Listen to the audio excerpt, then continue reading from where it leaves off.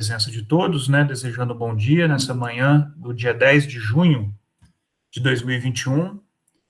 Hoje a gente tem aqui no nosso ciclo de seminários o seminário da professora Bruna Bueno Postachini, Bruna?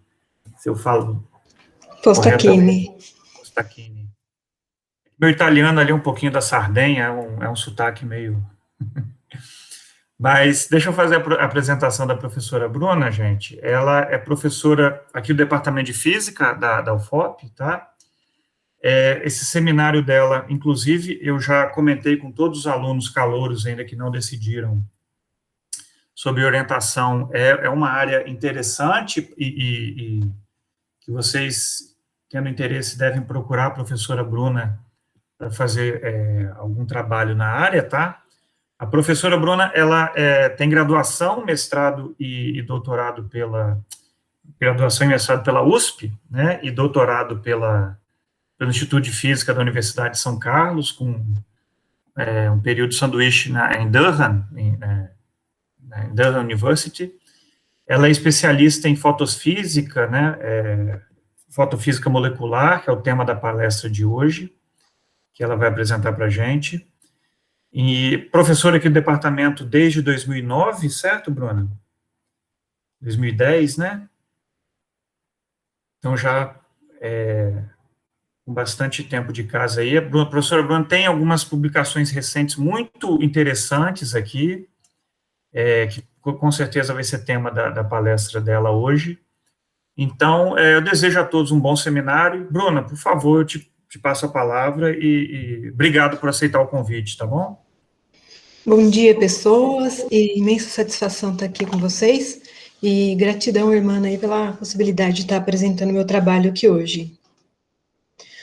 Bom, eu coloquei um tema bastante genérico, né, então estou falando sobre a fotofísica das moléculas orgânicas, especificamente, porque trabalho com moléculas orgânicas, com aplicação em dispositivos. Então, eu vou mostrar um pouco dos dispositivos naturais, e comparar esses dispositivos naturais com aqueles que a gente vem tentando imitar, né, que a natureza já faz isso de forma bastante ativa, e a gente busca tecnologias para conseguir repetir esse tipo de, essa gama de dispositivos tão bem, tão eficientes que a gente encontra na natureza.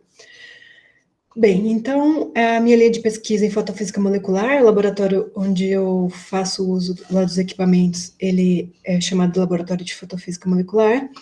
Os processos de fotofísica são aqueles nos quais ocorre a interação da radiação com a matéria, tá? E, especificamente, a gente está trabalhando com radiação na região do ultravioleta visível e um pouquinho do infravermelho, porque esse tipo de radiação, ele é capaz de causar alteração nos estados eletrônicos da matéria, tá? Então, a gente vai utilizar as técnicas, basicamente, técnicas que são de espectroscopia molecular, para fazer análise desses materiais e o tipo de produção, né, a forma de manipular essas amostras aí vai variar um pouco. Bom, então, o que a gente precisa é ter uma ideia da natureza e das propriedades da radiação.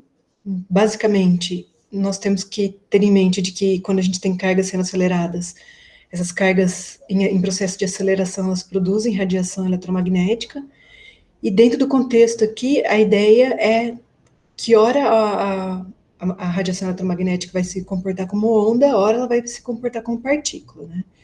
Então, dentro do contexto ondulatório, o que a gente usa, a ideia de ondas eletromagnéticas seria uma perturbação oscilante desses campos elétricos e magnéticos se propagando no espaço, que é a ideia de Maxwell, né, que é a onda eletromagnética clássica.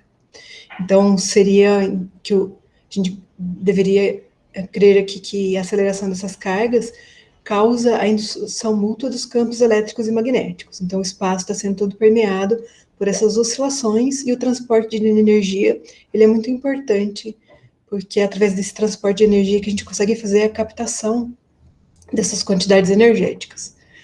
E falando em quantidades energéticas, o que a gente não pode perder de vista também é a ideia do pacote de energia, o fóton, né, proposto proposto por Einstein, onde essa quantidade energética ela é inversamente proporcional ao comprimento de onda. Eu faço aqui uma representação gráfica do fóton, mas nem sempre gosto muito dessa representação, mas a ideia de uma partícula de luz que carrega energia ela é bastante importante para a gente. Bom, a gente conhece o espectro eletromagnético, essa aceleração de cargas, dependendo da magnitude da aceleração das cargas. A gente vai ter uma quantidade energética envolvida e fenômenos naturais um pouco diferenciados. Então, quando a gente trabalha com radiação na região do V-Vis aqui, um pouquinho do infravermelho, um pouquinho do ultravioleta, esses processos eles estão relacionados a transições eletrônicas, tanto de átomos quanto de moléculas. Se a gente começa a trabalhar com energia, com radiações mais energéticas, o que ocorre é a ionização dos sistemas, e esse processo de ionização, que também ocorre para os raios-x e raios gama, ele não é útil para nós, porque a ionização ela causa modificação das estruturas, e principalmente se a gente está trabalhando com organismos vivos, ionização pode levar a uma mutação celular, e então essas radiações ionizantes, elas são muito energéticas, não servindo para os nossos estudos aqui, né? Então, para energias abaixo como essa, a gente tem as vibrações moleculares, rotações e transições de energia menores, né? Então, estaria numa outra faixa também. Então, o nosso foco aqui é trabalhar com transições eletrônicas. Então, quando a gente fala de transições eletrônicas, a gente vai ter um material. Esse material, ele precisa de uma certa quantidade de energia, ele precisa absorver uma certa quantidade de energia para que a redistribuição eletrônica aconteça. Então, se a gente utiliza radiação com comprimentos de ondas maiores ou menores do que essa radiação-alvo, ou com energias maiores ou menores que a radiação-alvo, a gente diz que os estados eletrônicos, eles são transparentes a esse tipo de radiação. Bem, então, essa ideia da radiação é uma ideia básica, né? Só queria trazer isso para vocês. Agora que a gente tem que trazer um pouco da ideia da matéria. Então, quando a gente fala da matéria e dos aspectos eletrônicos, a gente está tratando dos orbitais. Então, tanto os orbitais atômicos quanto os orbitais moleculares. A gente sabe que esses elétrons, eles participam das ligações, e a forma de descrever a posição espacial dos elétrons é através da função de onda, né? Que é a equação de Schrödinger. Então, basicamente, quando a gente tem um átomo de um único elétron, a ideia de Bohr, ela funciona, os elétrons estão aqui na redondeza do núcleo, e quando um elétron recebe energia suficiente para sofrer uma transição, né, ele vai sair e vai ocupar uma órbita mais externa. As transições eletrônicas, elas estão bem definidas entre órbitas, então, nesse caso do diagrama de níveis de energia, ele coincide um pouco com o diagrama de órbitas. No entanto, quando a gente vai para átomos mais complexos, com mais de que um elétron, então a ideia é que esses elétrons vão estar distribuídos nos orbitais. A forma desses orbitais, ela é determinada pelas equações da mecânica quântica. Quero chamar a atenção que a gente tem aqui uma órbita esférica, que seria a primeira órbita S. As órbitas P, os orbitais P, eles formam, quando combinados, ele também formam uma órbita simetricamente esférica, e aí depois a gente vai para outras órbitas e orbitais que podem ser ocupados, que possuem uma estrutura espacial até um pouco mais complexa, no fundo que a gente acaba trabalhando com moléculas orgânicas, muito os átomos que têm um pouco menos de elétrons, então essa ocupação ela vai acabar ocorrendo aqui nos orbitais P. Bom, as funções, né, o que a gente tem que ter em mente aqui, que quando a gente está falando de órbitas, a gente está falando de maior probabilidade de se encontrar elétrons em determinadas regiões. Essas órbitas, e as equações da mecânica quântica, elas funcionam em algumas ocasiões, mas há casos onde os processos de hibridização acabam deformando um pouco esses orbitais, mas a ideia, ela está toda aí. Então, a teoria de orbitais moleculares, ela é muito útil quando a gente trabalha com ligações covalentes, que é o caso das moléculas orgânicas, né? Então, a ideia é a seguinte, lembra que eu chamei a atenção dos orbitais P? Então, quando a gente tem orbitais P, geralmente são 3 os orbitais, então, se a gente aproxima 2 átomos que têm esses orbitais P, aquela aproximação frontal, ela vai gerar orbitais que vão ser os orbitais ligantes aqui, onde vai haver a combinação das nuvens eletrônicas, gerando ligações do tipo sigma, né? no fundo, orbitais do tipo sigma, e orbitais antiligantes, que são órbitas onde existe uma probabilidade que se o elétron absorver energia, se o átomo absorver, a molécula absorver energia, os elétrons fazem essa transição para essa região de possível probabilidade. No entanto, vai haver um orbital que está frontal, mas vão haver dois orbitais que estão fora do plano, e esses orbitais fora do plano também podem se combinar lateralmente, formando os orbitais moleculares do tipo π e os antiligantes do estado excitado, né? Então, aqui a gente tem uma outra representação que eu estou chamando bastante atenção da ligação, da formação das ligações π. Os elétrons que estariam nessa ligação tipo π, eles podem ser transmitidos, né? Eles podem se movimentar através da absorção de energia para esses orbitais seguintes. Então, só para reforçar aqui, que no caso, quando há sobreposição das nuvens frontal, né, formamos as ligações do tipo sigma, e para esse tipo de molécula também existem os orbitais não ligantes, que são aqueles que não estão participando da ligação. Geralmente eles estão no átomo, mas não estão na ligação, mas de fato estão na molécula. Bom, esse aqui é o diagrama básico, que eu gosto de chamar bastante atenção, porque quando a gente faz uma combinação de dois átomos formando uma molécula, então os orbitais moleculares eles se formam e os elétrons ficam redistribuídos nesses orbitais. Então, há um conjunto de orbitais nos quais os elétrons podem ser removidos para ir para as órbitas mais externas, os orbitais antiligantes. Não é um único elétron que vai estar numa única órbita havendo essa possibilidade. Então, todo esse conjunto de orbitais, ele compõe um grupo chamado HOMO, que são aqueles orbitais de mais baixa energia para aquele sistema molecular que estariam ocupados. Então, a combinação linear da distribuição de todos os elétrons na molécula, ele vai acabar formando um núcleo de elétrons bastante coeso, aos quais não vão estar envolvidos nesse tipo de transição, mas um conjunto de outros elétrons que vão estar mais fracamente ligados à molécula, que podem sofrer transição. E essa transição ela pode acontecer tanto para os orbitais antiligantes de menor energia, quanto para outros orbitais antiligantes de energia um pouco maior, por isso que para moléculas a gente acaba tendo um conjunto de transições. Então, essas transições, a gente diz que a transição eletrônica em moléculas ela ocorre entre o HOMO e o LUMO. Bem, então, essa importância de definir o estado fundamental, de entender que os elétrons, eles estão nessas órbitas mais externas e podem sofrer transições, né? Então, essas transições, elas acontecem num tempo muito curto, mas esses tópicos eu vou abordando um pouquinho mais para frente. Nesse caso aqui, a gente tem um diagrama muito comum, que é o diagrama de orbitais moleculares. Quando eu vejo uma seta dessa aqui, eu estou dizendo que um elétron saiu de um orbital molecular e foi para um outro orbital molecular.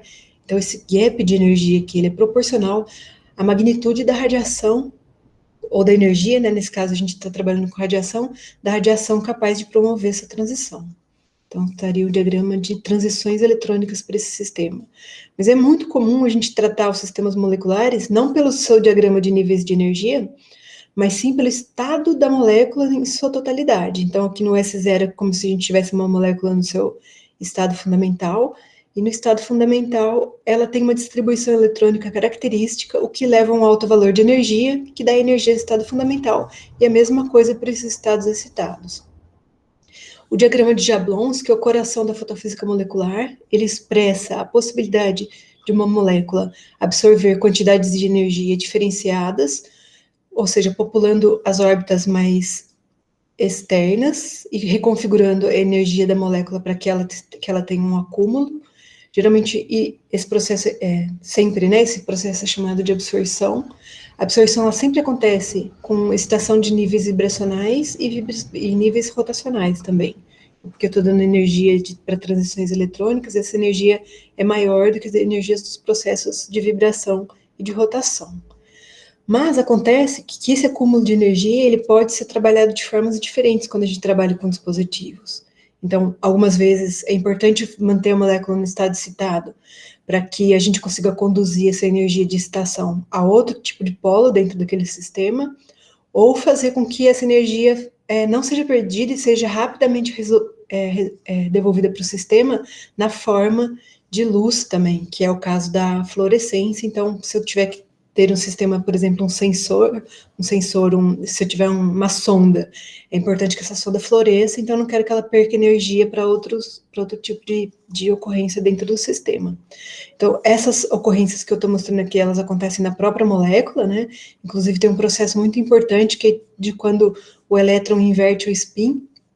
Depois que já ocorreu a absorção de energia pela molécula, essa absorção de spin, ela faz com que o estado excitado, ele dure um certo tempo, e aí a fosforescência, que é o processo de volta radiativa, emissão de luz, ele é bem mais lento. Então, o que difere a fosforescência e a fluorescência é o tempo que a molécula permanece no estado excitado, devido a essa possibilidade de inversão do spin. Mas a gente pode pegar essa molécula e interferir essa molécula com várias outras moléculas do meio, com solvente, e causar restrições espaciais para conseguir controlar esses processos de fluorescência e de não fluorescência que podem acontecer. Só chamando a atenção que tem uma questão importante, que toda vez que o sistema absorve luz e que há essa transição eletrônica, a gente diz que foi gerado um para-elétron-buraco, que a gente chama de exton, que é um pouco o princípio de funcionamento das células solares. Bem, então a gente tem a molécula, captou a energia, e eu posso fazer a condução dessa energia radiativa que foi captada através de vários processos e combinações. Então, eu posso transferir, existe a possibilidade de haver uma transferência de carga, transferência de energia, formação de outras moléculas, outro tipo de espécies moleculares que vão acontecer a partir desse processo de acúmulo de energia. Bom, os nossos materiais aí são os chamados cromóforos orgânicos, né? Então, estou trabalhando sempre com compostos de carbono, com algumas outras moléculas, como tipo hidrogênio, oxigênio, enxofre. Essas moléculas, elas podem ocorrer naturalmente, mas elas podem ser fabricadas de forma artificial, né? Mas mesmo assim ainda levam a palavra orgânico, porque a palavra orgânico, ela tem relação com a existência dos carbonos. Então, os cromóforos são moléculas que têm dentro da sua estrutura essa possibilidade de absorver e emitir luz.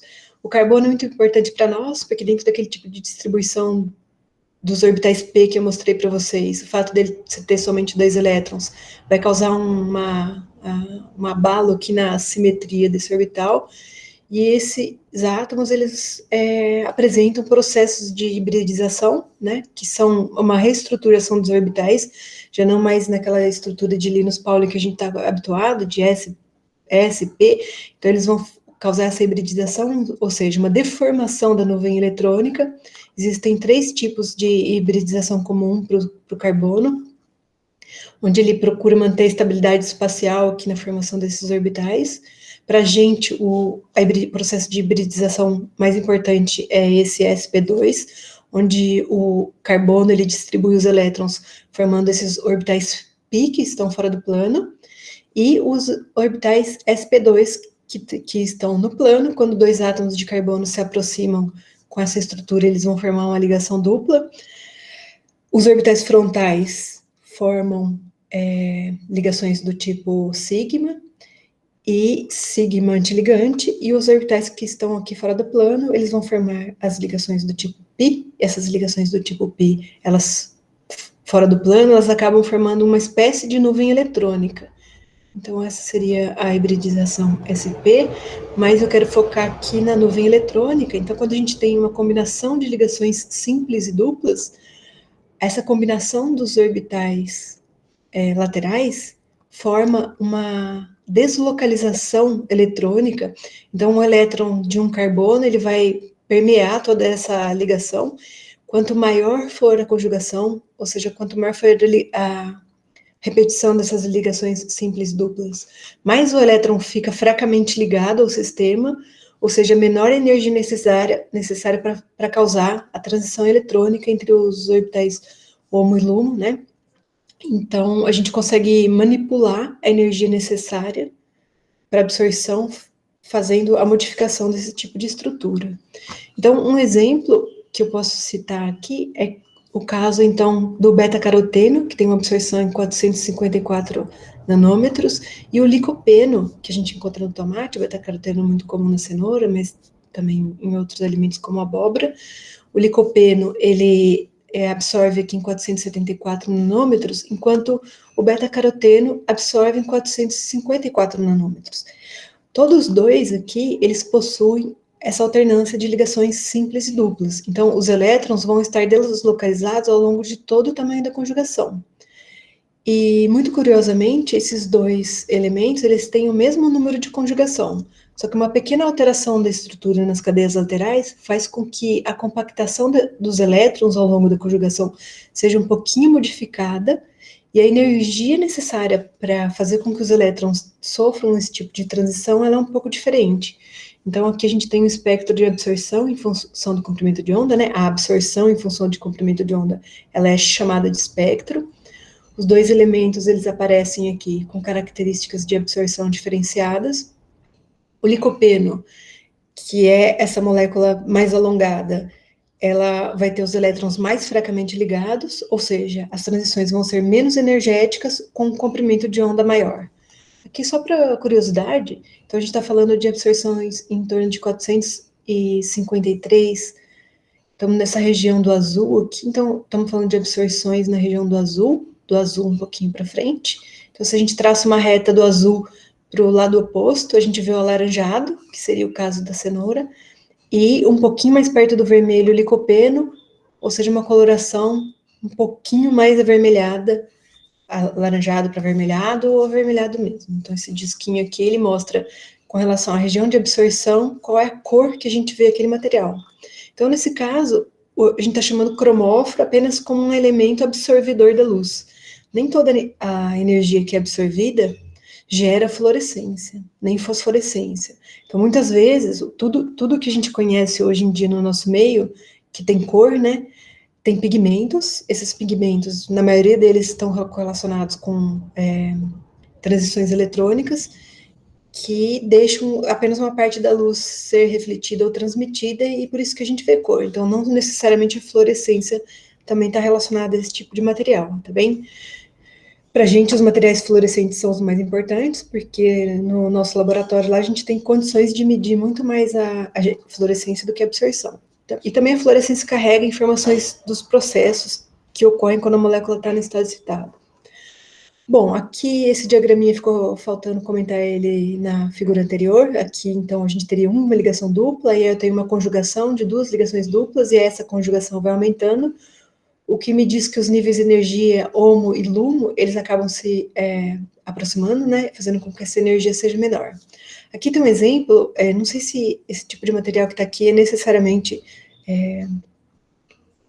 material conjugado, né, mas eu já vi isso aqui sendo feito com manipulação de moléculas em laboratório com síntese, onde você consegue manipular o número de conjugações e assim você obtém diferentes cores dos materiais que estão fluorescendo, absorvendo e também fluorescendo. Bem, isso aí também pode ser conseguido com nanopartículas. Quando você varia o tamanho das nanopartículas, elas vão mudar a característica de absorção e fluorescência. Então, nosso papel aqui é conseguir controlar os processos de fluorescência através de manipulação de diversos fatores, não só do tamanho de cadeias, mas presença de analitos no meio, combinação, modificação de estrutura e assim por diante. Estrutura dimensional, né? Pegando moléculas que estão dispersas no meio de 3 dimensões e compactando essas moléculas em 2 ou uma única dimensão. No laboratório de fotofísica molecular em conjunto com o Lamoy, nós temos 3 técnicas de espectroscopia molecular, que são aquelas que trabalham diretamente com a interação da radiação com a matéria. Espectroscopia de absorção óptica, ali a gente, infelizmente, só tem no visível, embora a gente trabalhe muito com ultravioleta, então acabamos indo atrás de laboratórios parceiros na Química ou no DCBI. Temos um equipamento de fluorescência estacionária, que mede exatamente o processo de fluorescência, que a gente não consegue medir fosforescência, estacionária, porque essa medida não depende do tempo, e a gente tem como fazer essa medida dependente do tempo, ou seja, a gente é capaz de olhar por tempo que a molécula permanece no estado excitado.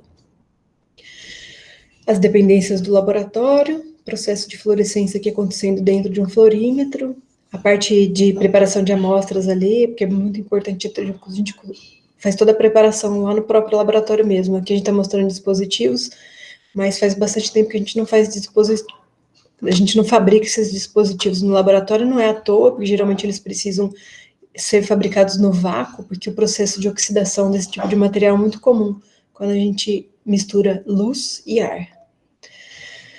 Bem, então eu vou falar aqui um pouquinho sobre os dispositivos conversores de luz, tá? Então, na natureza a gente tem um dispositivo conversor de luz que é muito importante, que ocorre nas plantas, que é o próprio processo de fotossíntese.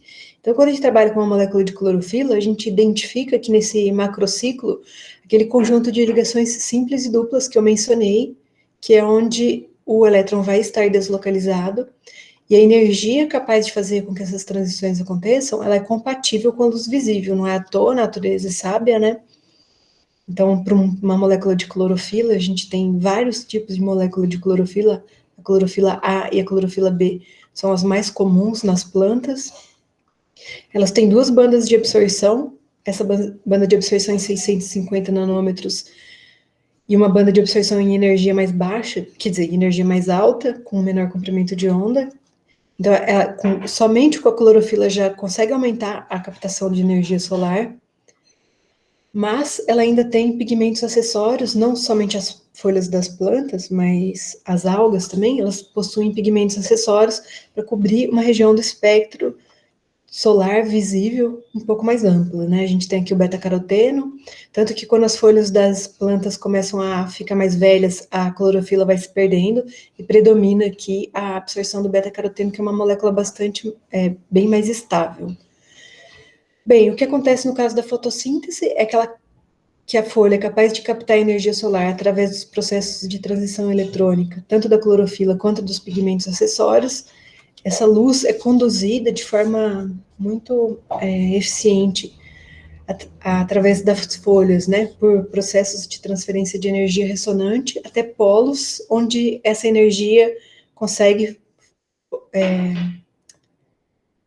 ativar um sistema de cargas elétricas, e aí gera-se um potencial eletrônico, e aí o processo de químico, né, que faz com que a energia seja acumulada na forma de ATP. O que eu queria chamar a atenção, né, que, por exemplo, em algumas algas, que são as algas vermelhas, essa sequência de ligações simples e duplas, ela é um pouco diferenciada, fazendo com que essa molécula ela absorva em regiões um pouco diferentes, esse pigmento presente nas algas vermelhas, e a gente tem aqui também um pigmento presente nas algas azuis. Vejam que a única diferença que existe entre essas duas moléculas é a ocorrência de uma ligação dupla aqui, de forma que para essa molécula, a extensão da sequência de ligações simples e duplas é um pouco maior, fazendo com que a quantidade de energia seja um pouco menor, ou seja, o comprimento de onda maior aqui também. Então, a gente está falando de absorções na região do azul. E só por curiosidade, é esse tipo de pigmento natural, proveniente dessas algas azuis, que o pessoal tem usado para fazer essas cervejas azuis. Então, essa aplicação em células solares é o que a gente vem tentando fazer há já várias décadas, né? Desde fabricação de dispositivos, agora com essa questão de dispositivos flexíveis, trabalhar com moléculas orgânicas, embora tenha essa questão de ser biodegradável, ainda tem um problema de ser pouco eficiente.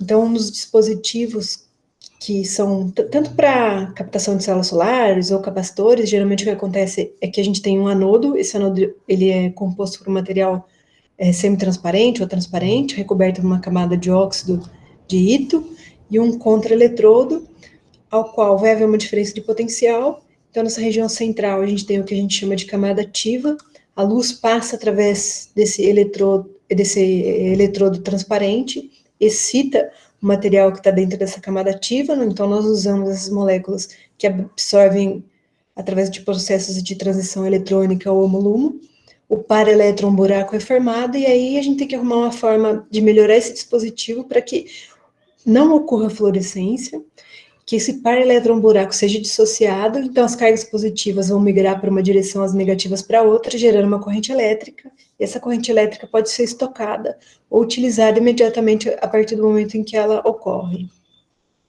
Então, o que existe aqui é uma necessidade de melhorar esse tipo de camada ativa. Então, o pessoal usa bastante técnicas aí de preparação de filmes finos, de incorporação de novos materiais, para que haja uma combinação, que os processos de transferência de energia ressonante ou transferência de carga possam fazer com que a energia que seja captada seja conduzida para polos específicos dentro dessas camadas ativas, e essa dissociação de cargas aconteça de forma efetiva para que esse dispositivo seja um dispositivo eficiente.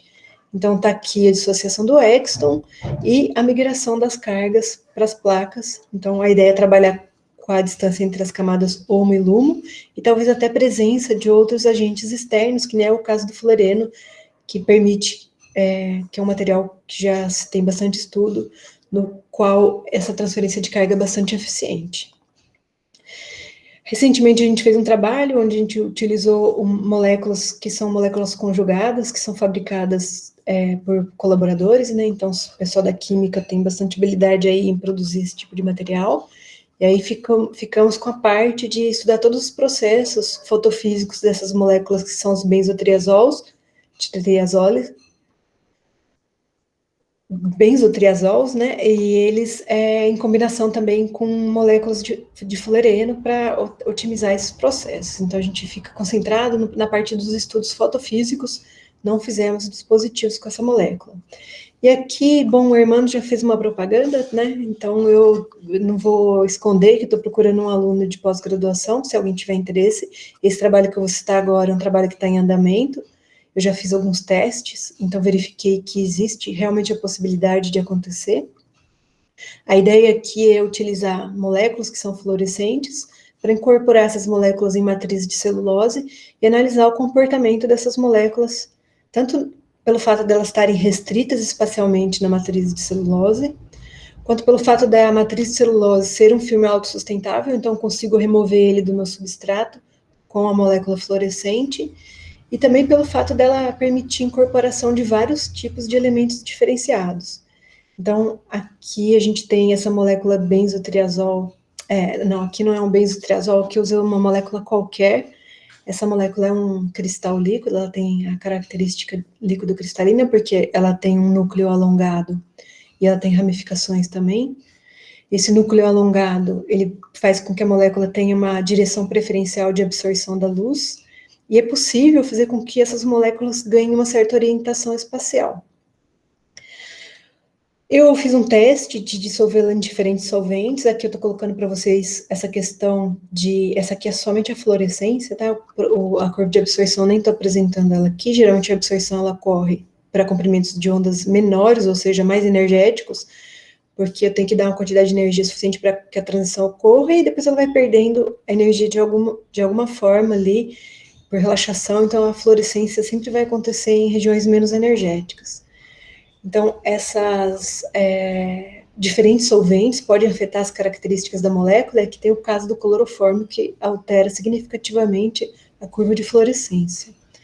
Então, o que eu fiz aqui foi preparar um filme, precisava de uma solução bem concentrada, a gente não consegue estudar fluorescência em soluções bem concentradas. Há um processo de autoagregação quando a gente está em concentrações muito altas. Depois eu incorporei a celulose no sistema aqui.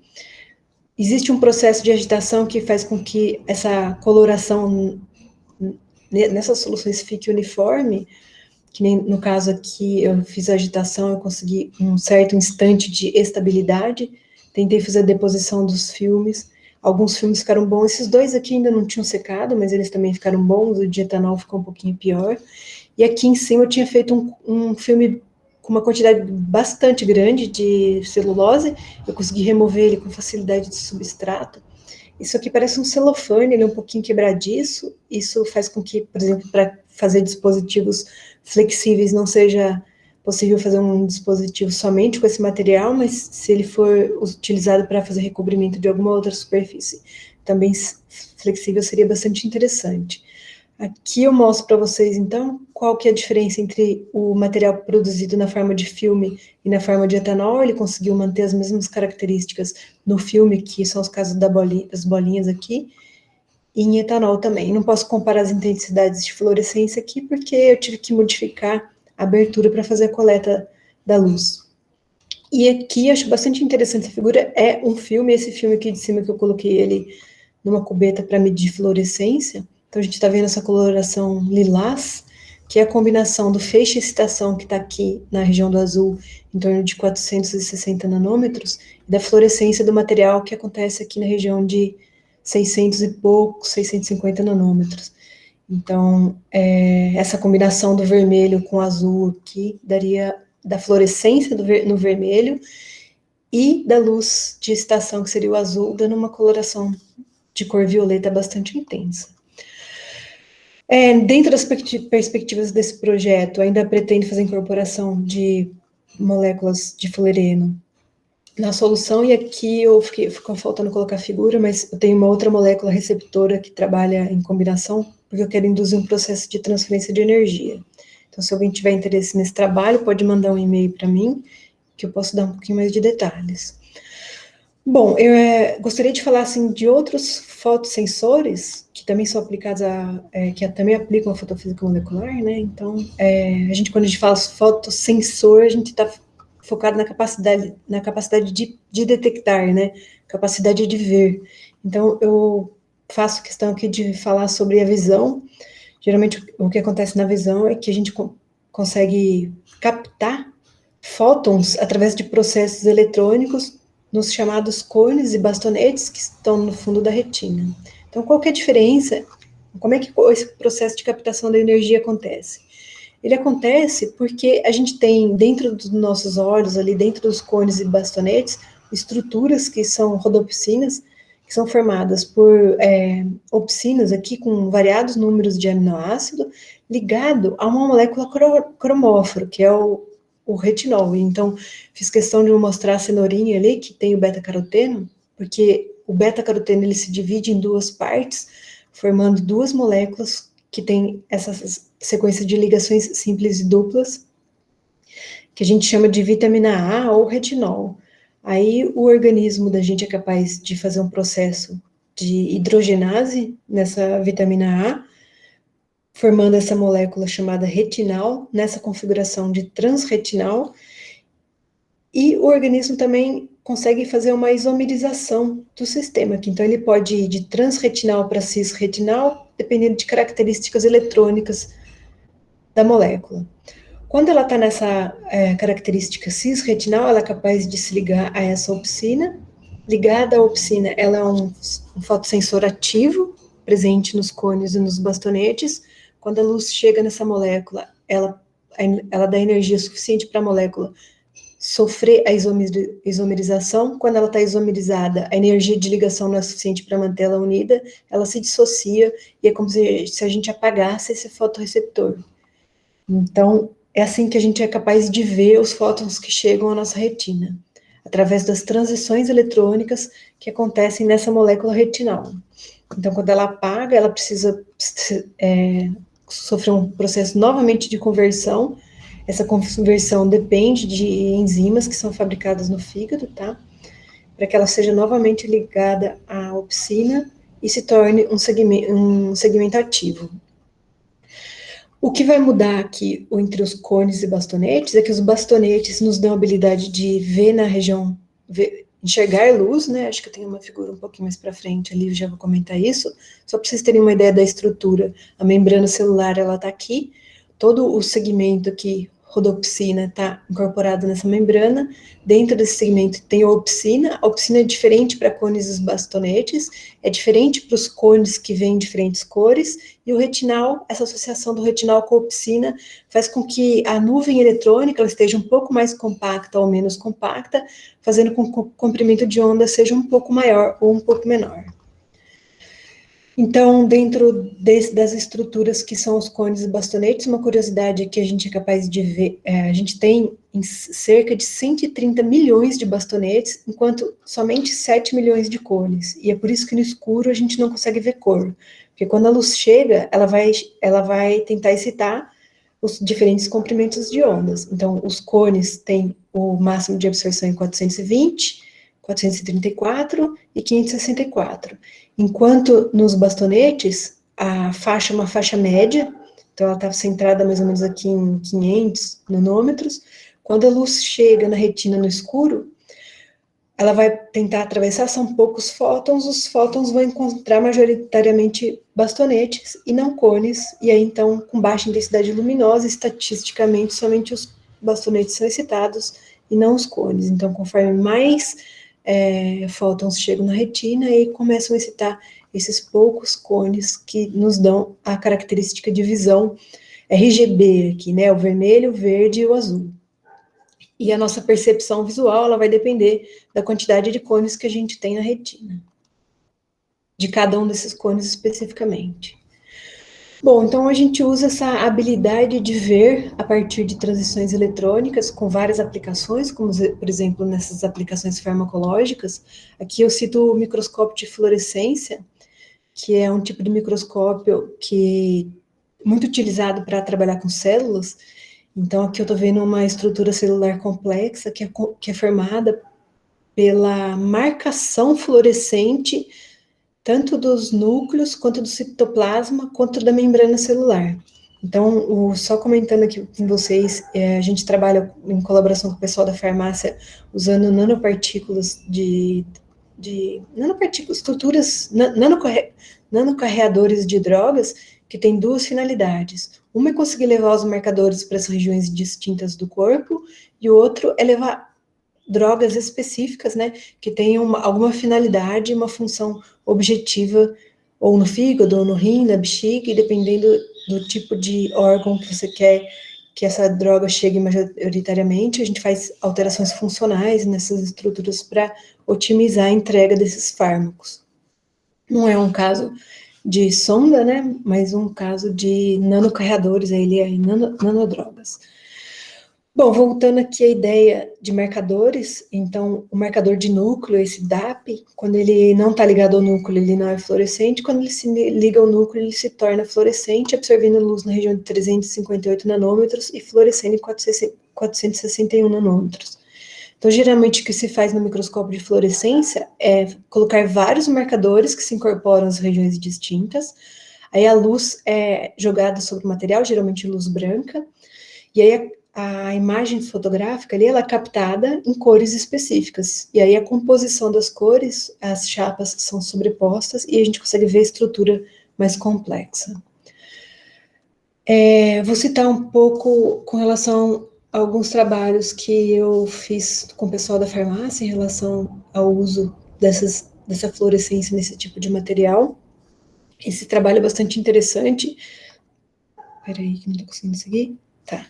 A gente fez um estudo de vias de endocitose. O que são vias de endocitose? São as vias que o organismo, as células, né, incorporam agentes externos no seu interior. Então, existem várias vias de endocitose, de captação de partículas no meio externo, né? Então, nosso foco é que a partícula do meio externo seja um nanocarreador de drogas, que pode estar ali carregando um fármaco, mas nesse caso a gente colocou um marcador fluorescente dentro dessas nanopartículas.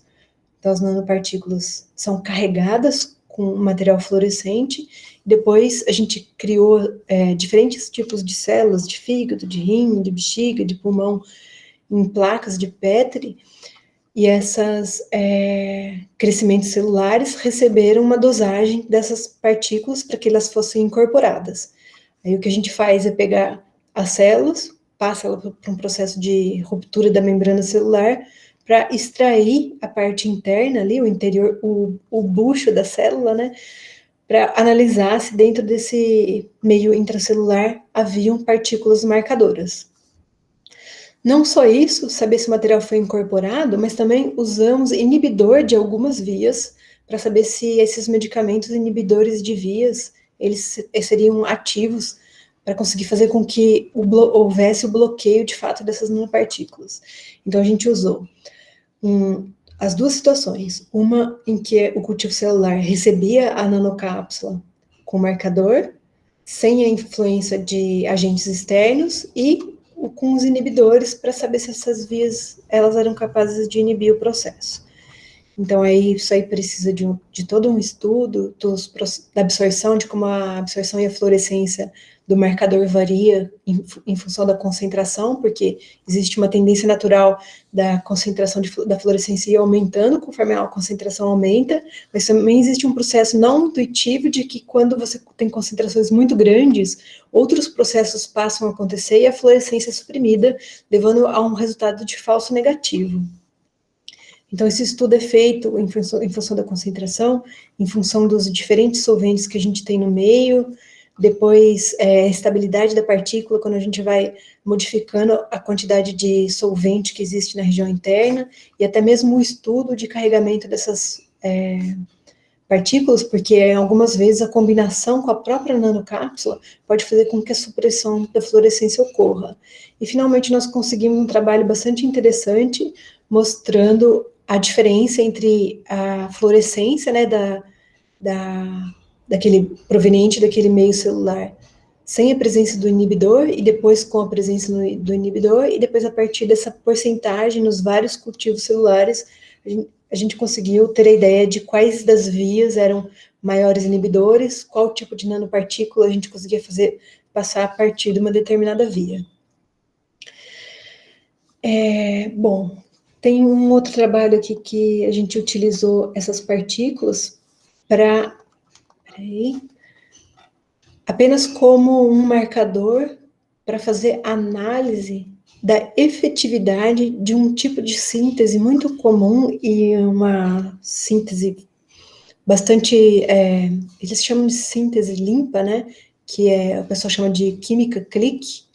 Nesse trabalho, então, a gente usou uma molécula de cumarina. A cumarina é muito utilizada na área médica, porque ela tem várias funções no organismo. Em algumas funções fisiológicas, né? Então, nesse caso, a cumarina, quando ela está na forma bromocumarina, ela é uma molécula que absorve e floresce na região do visível. Quer dizer, nessa função, quando ela está incorporada com o bromo, ela não floresce na região do visível, apenas no ultravioleta. Quando faz essa substituição desse grupo azido, ela passa a ser uma molécula fluorescente na região do visível, e o grupo azido, ele faz uma ligação com esse tipo de estrutura aqui, uma ligação bastante limpa, que é o que eles chamam de química click. Então, a gente precisa dessa ligação, dessa estrutura de ligações triplas aqui, e um grupo azido na molécula que a gente pretende trabalhar. Então, colocando essas duas moléculas num meio, essa ligação desloca a estrutura eletrônica do sistema aqui, fazendo com que a fluorescência se desloque para outro comprimento de onda. Então, a gente fez um teste com uma molécula qualquer aqui, para ver se essa mudança de fluorescência acontecia, e aconteceu. E depois a gente foi lá para o polímero, que era o polímero que o pessoal pretendia fazer nanopartículas. Então, usando esse polímero, que aquelas nanopartículas que eu mostrei para vocês são nanopartículas poliméricas, e agora elas se encontram funcionalizadas para que elas consigam receber essa molécula de cumarina na sua estrutura. Então, essa incorporação ela foi feita, e o estudo, se de fato a ligação ocorreu ou não, né, foi feita a partir da medida de fluorescência e da de absorção. Aqui a gente detectou que a gente estava com excedente de azido cumarina no meio, fazendo com que houvesse uma sobra muito grande da azido cumarina, o que levou a uma redução dessa quantidade e otimização do processo. Aqui a gente tem uma curva de absorção, essa parte pretinha que foi uma simulação que o professor Matheus fez para a gente, porque o que estava acontecendo é que essa molécula, embora ela tenha uma absorção muito fraquinha aqui em 450 nanômetros, era o comprimento de onda que estava favorecendo a fluorescência do processo todo. Até hoje a gente não conseguiu voltar para investigar por que essa molécula ela apresentou esse comportamento. Mas apenas a parte analítica aqui dos espectros de fluorescência e absorção nos permitiu otimizar esse sistema aqui e incorporar de forma efetiva esses marcadores dentro da molécula de polímero. Também tem um trabalho aqui que simplesmente utilizamos esse equipamento, é um equipamento muito sofisticado da farmácia, que ele mede num sistema de fluxo laminar. Então, o que acontece? É tipo um cromatógrafo. Você coloca as nanopartículas dentro daquele cromatógrafo e faz com que elas passem através de um tubo. E aí eles usam um fluxo de de líquido cruzado, né? Um fluxo de líquido cruzado que faz com que as partículas mais pesadas desçam e as partículas menores passem. Então, com esse processo temporal, eu acabo conseguindo dividir as nanopartículas, que têm um tipo de estrutura maior, né? Com as nanopartículas, que têm uma estrutura menor, com a possibilidade de falar sobre tamanho médio de partículas, e também consegue separar o que não foi incorporado dentro das partículas, e geralmente eles trabalham com detetor de fluorescência, porque a fluorescência ela é detectada com muito mais precisão do que a absorção. Então, os detetores de fluorescência, eles são mais sofisticados do que detetores de absorção. Com pequenas quantidades de fluorescência, há a possibilidade de fazer esse tipo de medida. Só que como eles usam no final do fluxo esse detetor de fluorescência, teria que ser feito um ajuste quanto à eficiência das partículas que estão chegando. Então, a gente fez um estudo da eficiência quântica de fluorescência de todas as partículas que eles utilizavam ali nos meios solventes que eles também estavam utilizando, porque nem sempre a gente encontra a eficiência quântica nos solventes que são necessários para o nosso uso em laboratório. Bem, eu queria chegar nessa parte aqui, então eu coloquei até outros dispositivos aí que eu chamei de fotonanodinamites, que são a base do tratamento na fotodinâmica molecular, né, no tipo de tratamento de fotodinâmica, tá? Então, vou citar um pouquinho para vocês o que é a terapia fotodinâmica. Bom, fototerapia já é conhecido desde a antiguidade, né? Então, essa ideia de se expor à luz, a um tipo de radiação, à luz solar, para tentar tratar alguma enfermidade ou alguma deficiência do organismo.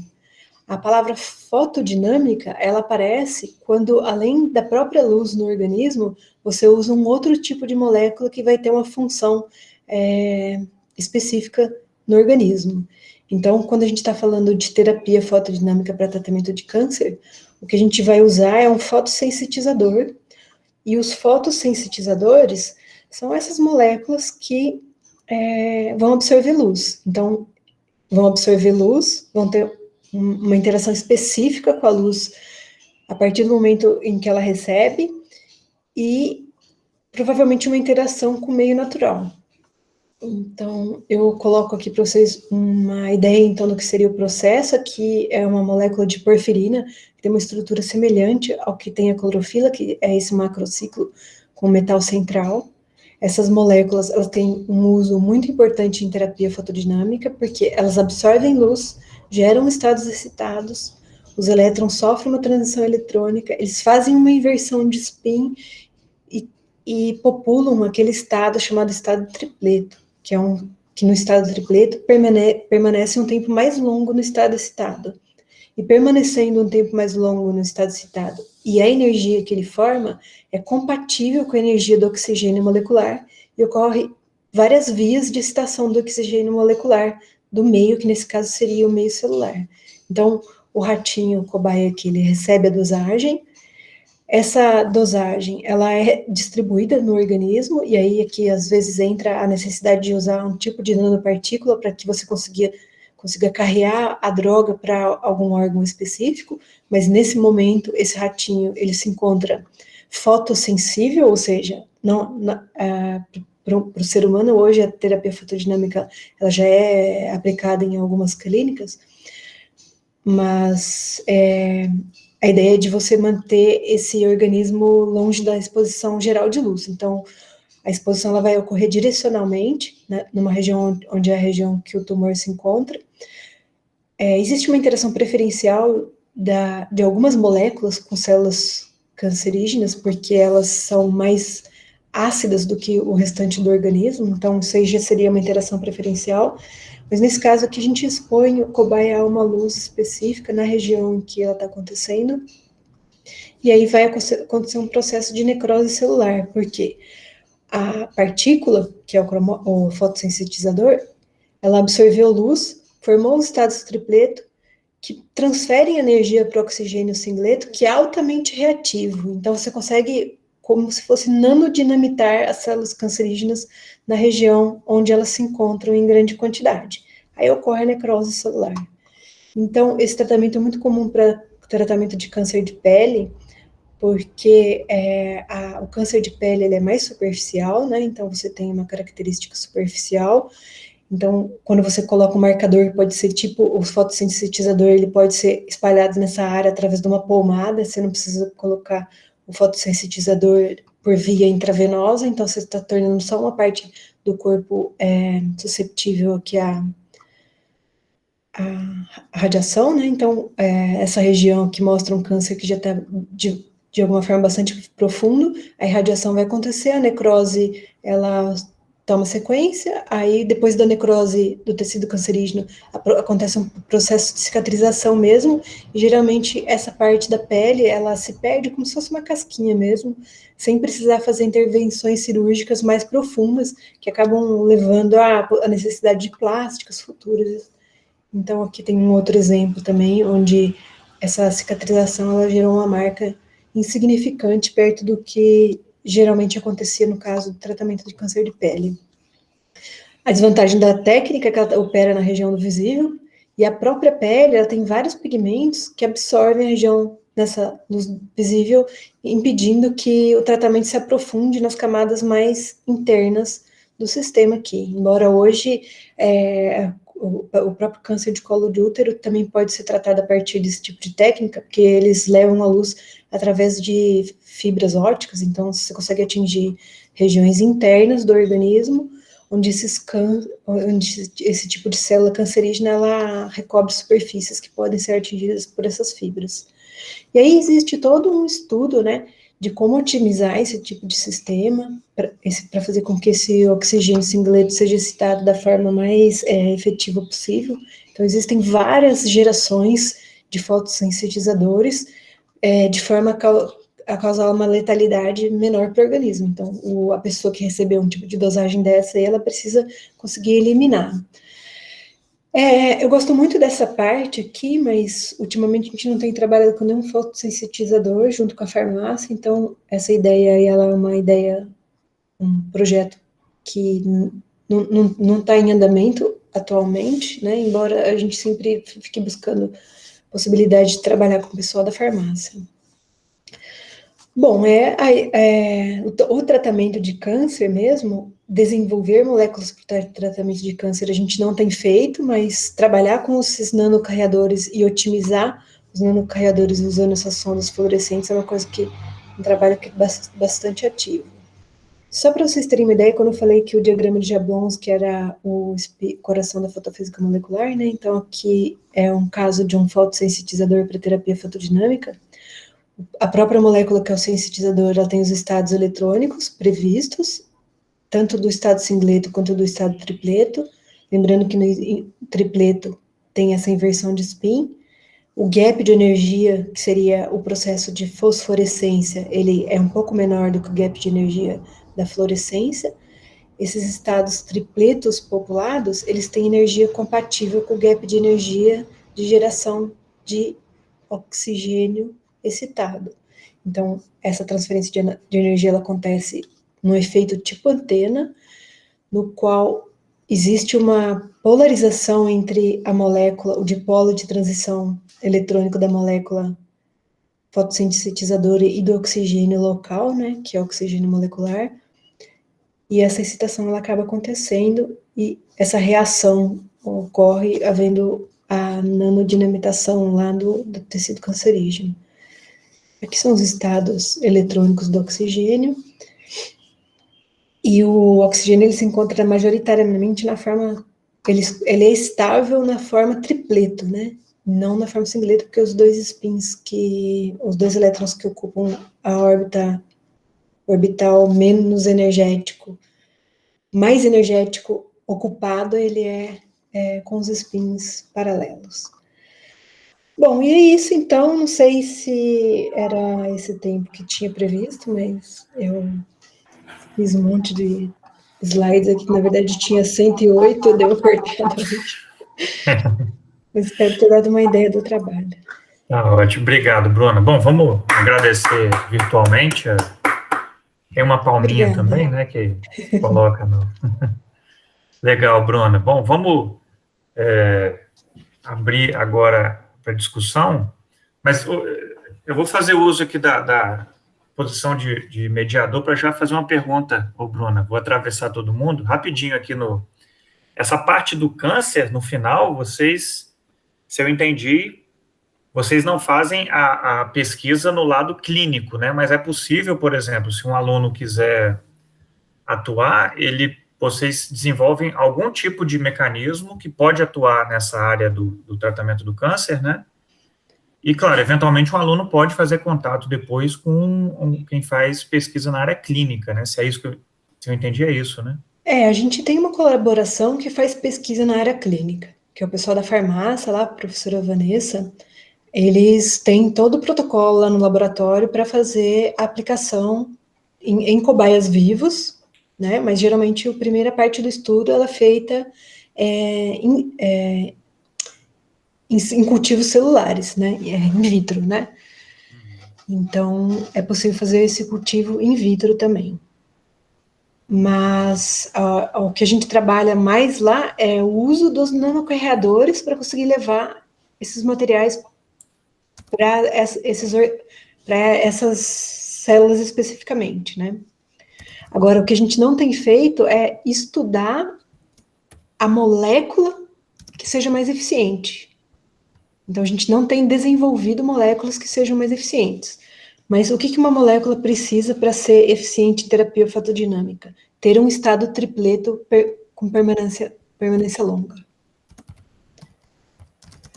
Mas é possível trabalhar junto com a farmácia. Agora, para um projeto de mestrado, eu acho um pouco arriscado, porque tem todo o protocolo de biossegurança, né, que geralmente atrasa um pouco esse tipo de estudo. Passa pelo comitê de ética, né? Sim. E se der qualquer coisa errada ali, aí você tem que refazer o projeto, e também tem que ter certeza que aquele medicamento vai ser eficiente, porque você está trabalhando com cobaias, né? Então, eu sei que eles sempre têm essa preocupação. Américo, você quer fazer uma pergunta?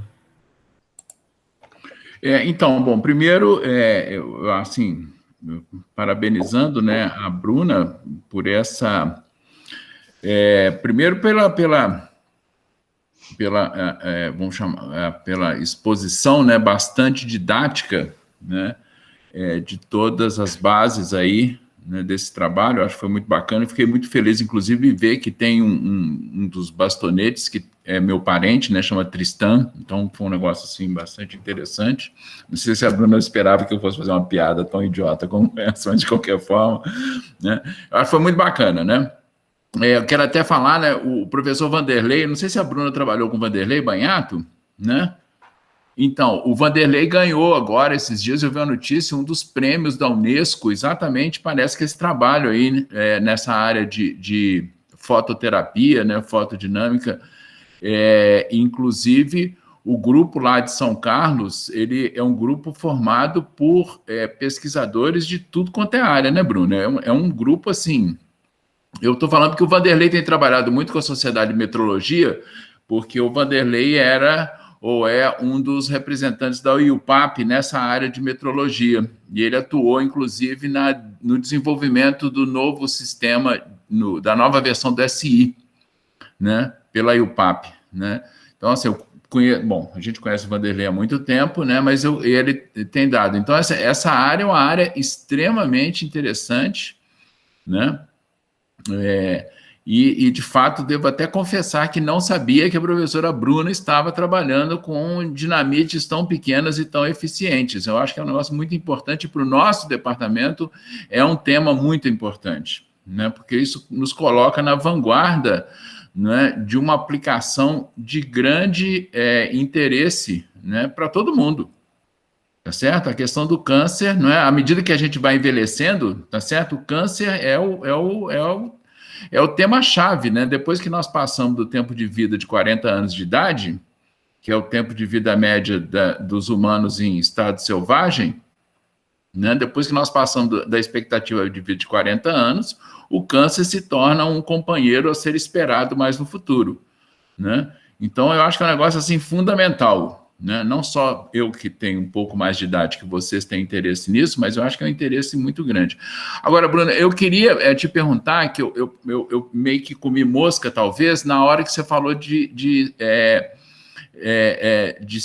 placas fotovoltaicas. Essa parte, eu vi a questão dos materiais orgânicos enquanto as suas propriedades mecânicas, mas eu não peguei muito bem como é que é essa questão da transferência de energia, como é que se dá a absorção e transferência de energia ali naquelas placas, né? Então, a minha pergunta, fora o elogio e a abrangência de tudo que você falou, inclusive eu entendi por que a cenoura e o tomate são da cor que são, né?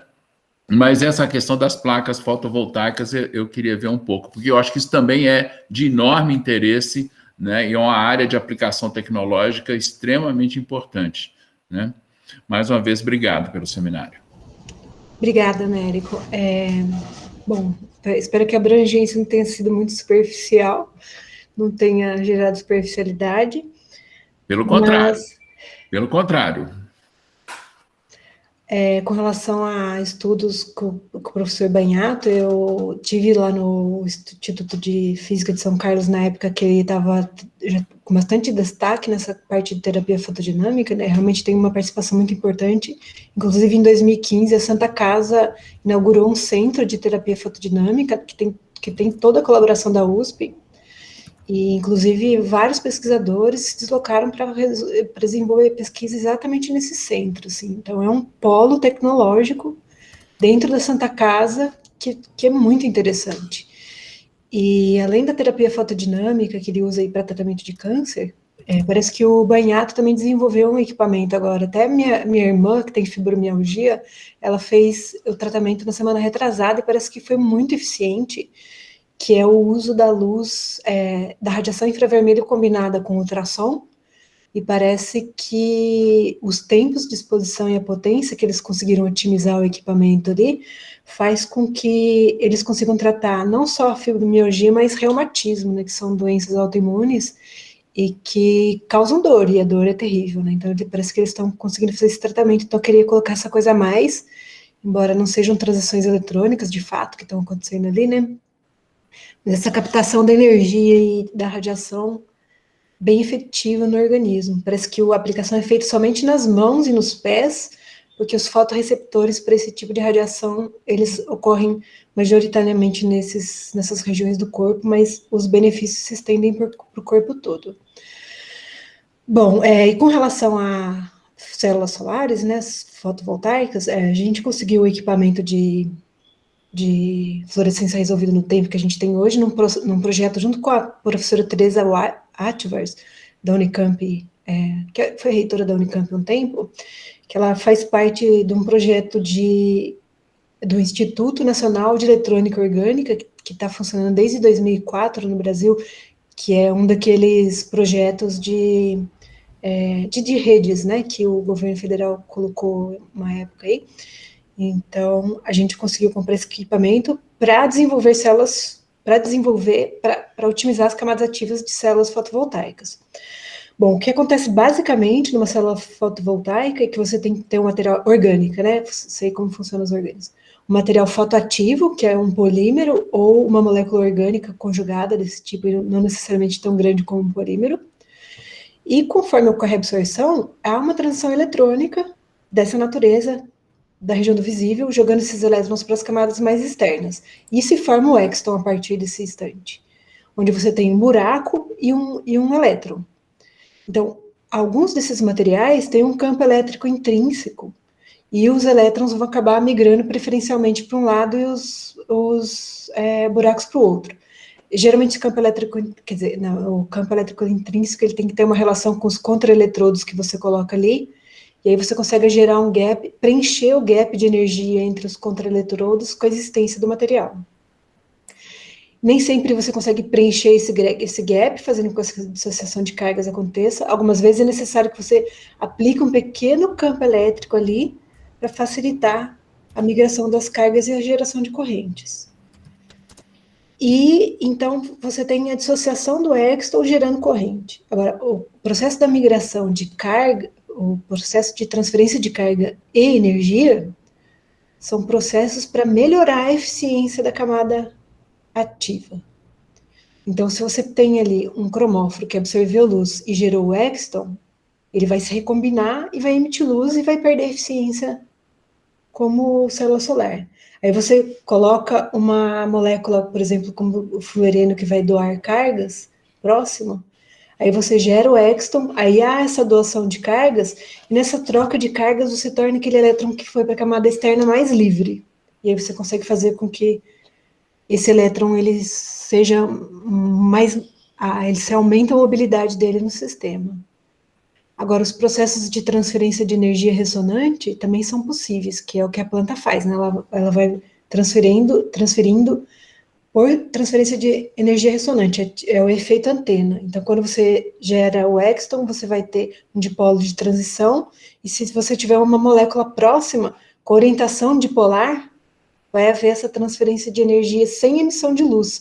Para um processo de ressonância, a outra molécula consegue atingir esse gap. No caso da fotossíntese, você tem fotossistemas com uma pequena variação no tamanho do gap. E o fotossistema com menor gap de energia é onde a conversão eletrônica acontece, que é a formação do ATP. E aí é um processo químico ali, eu também não sei te dizer exatamente qual que é tem uma diferença de potencial na membrana, e ele joga elétrons para um lado, essa diferença de potencial acaba permitindo com que uma enzima característica atue no sistema, e o ATP ele é formado, né? Então, para a gente não formaria ATP, mas acumularia essa carga entre as placas, aí você pode acumular num capacitor, algo assim. Eu espero ter... Assim, não sou especialista na parte de fabricação dessas células solares, o Thiago trabalha mais com a ideia, com toda a parte da corrente elétrica no laboratório lá, então ele tem foco muito mais nas células fotovoltaicas, células solares, essa parte de captação. Muito obrigado. Legal, pessoal. Algum aluno... Aqui no chat só elogios, tá, Bruna? Mas nenhuma pergunta aqui no chat, senão eu teria feito. Joia. Se alguém quiser fazer algum comentário. A Bruna também deixou o e-mail dela, né? Se algum aluno quiser contactar ela, é só... Opa. Beleza. Meu e-mail é muito difícil, né? Aí eu mandei isso que faltou. Bruna, conteúdo.br, ele tem uma vírgulazinha. Ficou uma vírgula. Né? Beleza. Bom, gente, se não temos mais... à medida que a gente se aproxima da hora do almoço, o número de perguntas também vai caindo. Beleza, Bruna, eu vou te agradecer a você mais uma vez, tá? Eu que agradeço. Eu vou finalizar aqui a gravação. Semana que vem, interromper a gravação. Ok. Só para dar um recado.